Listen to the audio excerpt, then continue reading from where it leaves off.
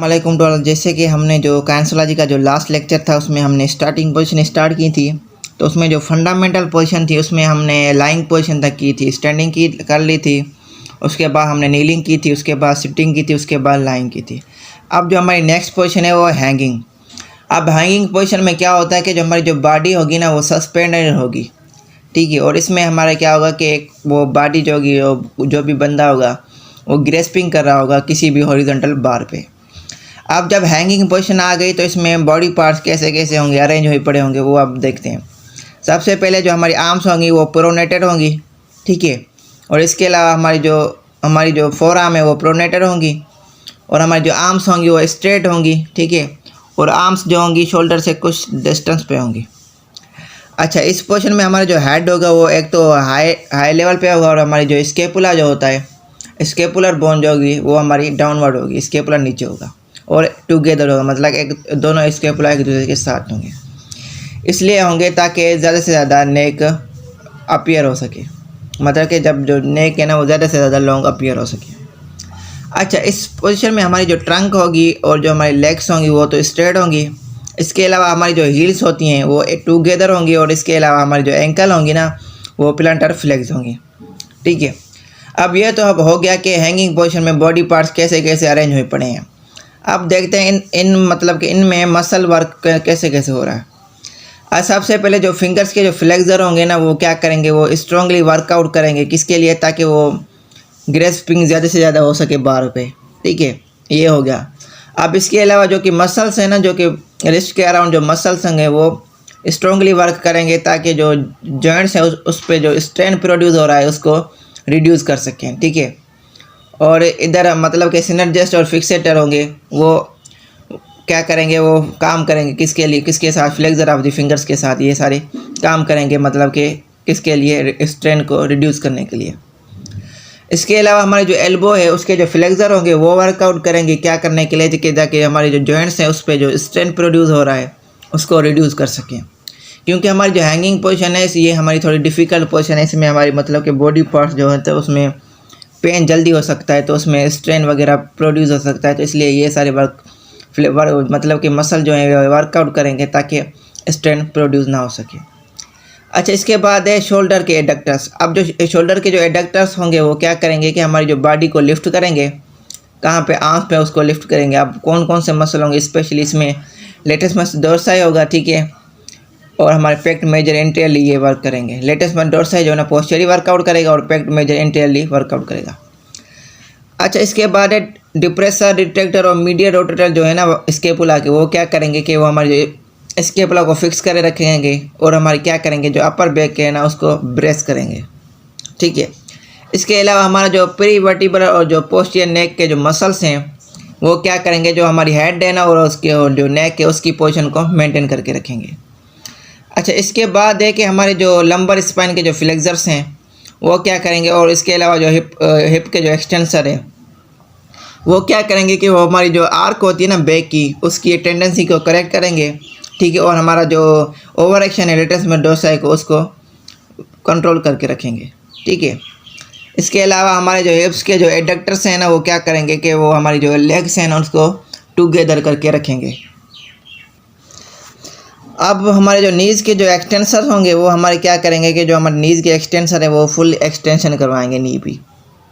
अच्छा, इसके अलावा हमारे जो हमारे प्लांटर फ्लेक्सर है वो क्या करेंगे कि हमारे टो को पॉइंट आउट करेंगे फ्लोर की तरफ, ठीक है। अब ये हैंगिंग पोजीशन हो गई, इसके बॉडी कैसे अरेंज है, उसके मसल वर्क कैसे कैसे आ रहे हैं। अब हैं कि इसके इफेक्ट क्या है, यूजेस क्या है, ठीक है। अच्छा, इसमें जो इस मसल वर्क में यूँ हो रहा है कि जो हमारी आर्म्स हैं ना और जो हमारे अपर बैक है वो एक्सटेंसिव हो रहा है, क्योंकि वो एक्सटेंडेड है, ठीक है। और ये हमारी इसलिए सूटेबल पोजीशन है, किस लिए, अगर हमने क्या करनी हो, मसल स्ट्रेंथनिंग करनी हो और हमारी बॉडी को वेट को वेल बैलेंस करना हो, तो ये जो है ना पोजीशन वो सूटेबल है मोस्ट। अच्छा, अगर कह रहा है कि जब हमारा वेट है ना वो स्पाइन पे टेकिंग अप हो रहा है, तो और हमारा जो वेट है ना लेग का वो ट्रैक्शन हो रहा है, तो ये क्या करेगा, फिर ये स्ट्रेंथन करेंगे और इसको इलांगेट करेंगे।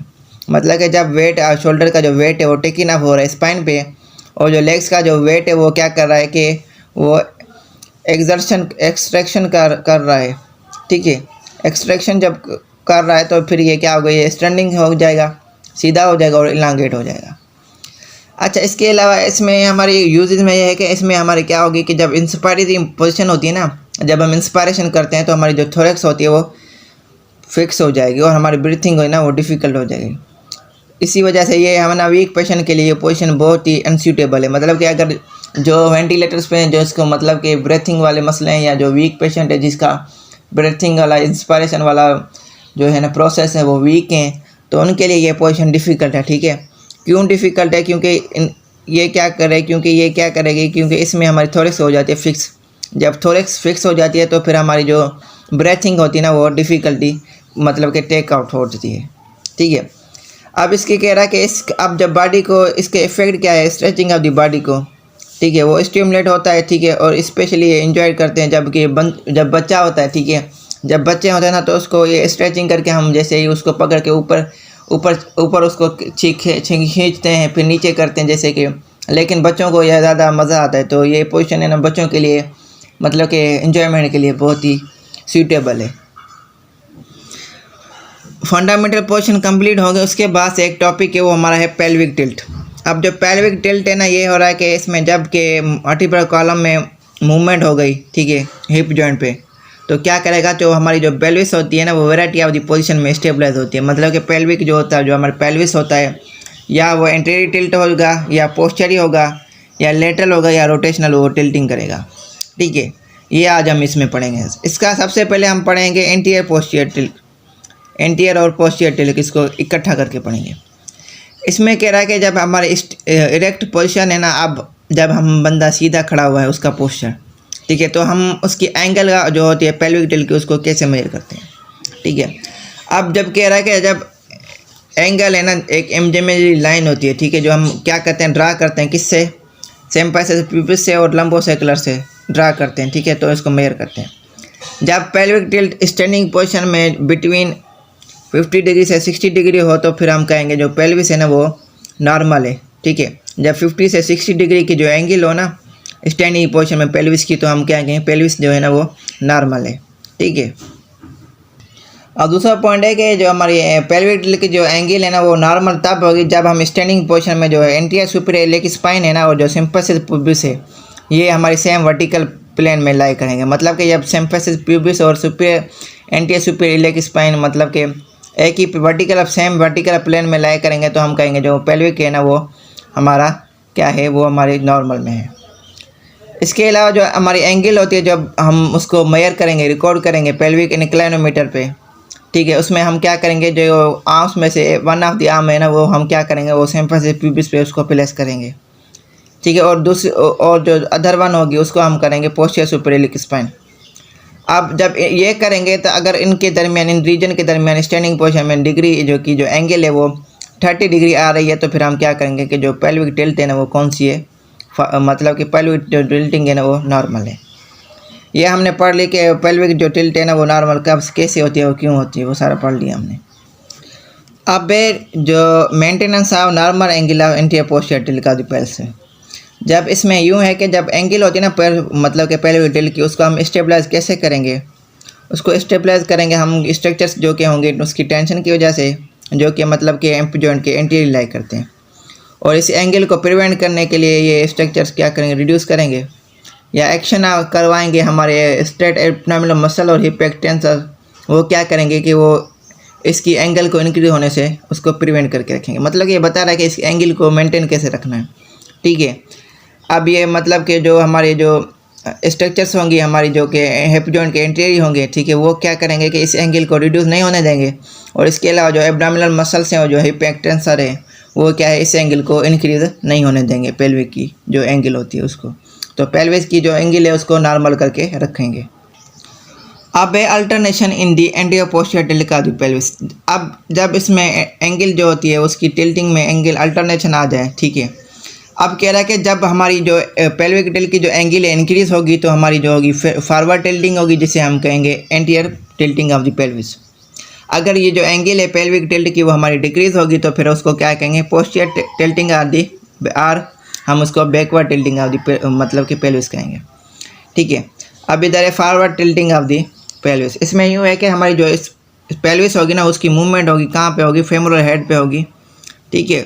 और वो क्या करेगी, फॉरवर्ड टिल्टिंग को प्रोड्यूस करेगी, ठीक है। इसको मतलब कि ये फॉरवर्ड टिल्टिंग कौन कौन करवाता है, ये हमारे इसमें मसल्स होते हैं, हिप के फ्लेक्सर मसल और हमारे लंबर स्पाइन के एक्सटेंसर जो होते हैं ना, वो क्या करेंगे कि हमारी पेल्विस को मूव करेंगे फेमोरल हेड पे, और क्या करेंगे कि जो हमारी फॉरवर्ड टिल्टिंग को प्रोड्यूस करेंगे।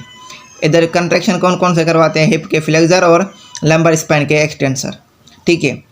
अब ये देखो ना, ये हमारी एक फॉरवर्ड टिल्टिंग है, ये है क्योंकि इधर हमारे एक्सटेंसर काम कर रहे हैं और इधर फ्लेक्सर ऑफ दी, ये दोनों मिलके हमारी एंटीरियर टिल्टिंग को ये करवा रहे हैं, ठीक है। ये नॉर्मल है, ये एंटीरियर टिल्टिंग है, ठीक है। अब ये एंटीरियर इसकी तरफ है, ये पोस्टीरियर टिल्टिंग है।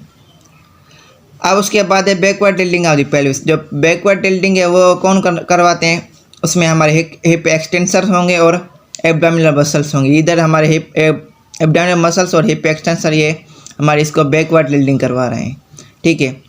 वो यूँ हो रहा है क्योंकि इधर नीचे की तरफ इसका वो है डायरेक्शन, ये हिप के जो एक्सटेंसर डाउनवर्ड वर्कआउट करेंगे और हमारे जो एब्डोमिनल मसल्स हैं वो मतलब कि अपर वो वर्कआउट करेंगे, ठीक है। तो इसकी हमारी जो हमारी मूवमेंट होगी वो होगी बैकवर्ड टिल्टिंग हो जाएगी पेल्विस की। और ये बैकवर्ड टिल्टिंग होती है पेल्विस की तब होती है जब हमारा पेल्विस है ना वो पोस्टीरियर साइड पे जाएगा, ठीक है। और हमारी जो बैकवर्ड टिल्टिंग में यूँ होता है कि हमारी जो एंगल होती है ना पेल्विस की वो हमारी डिक्रीज़ हो जाती है। जब डिक्रीज़ होगी तो बैकवर्ड टिल्टिंग होगी, जब इंक्रीज़ होगी तो हमारी एंटीरियर टिल्टिंग होगी।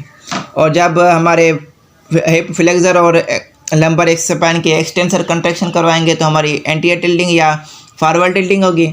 और जब हिप एक्सटेंसर और एब्डोमिनल मसल वर्कआउट करेंगे तो हमारी बैकवर्ड टिल्टिंग या posterior tilting of the pelvis होगी।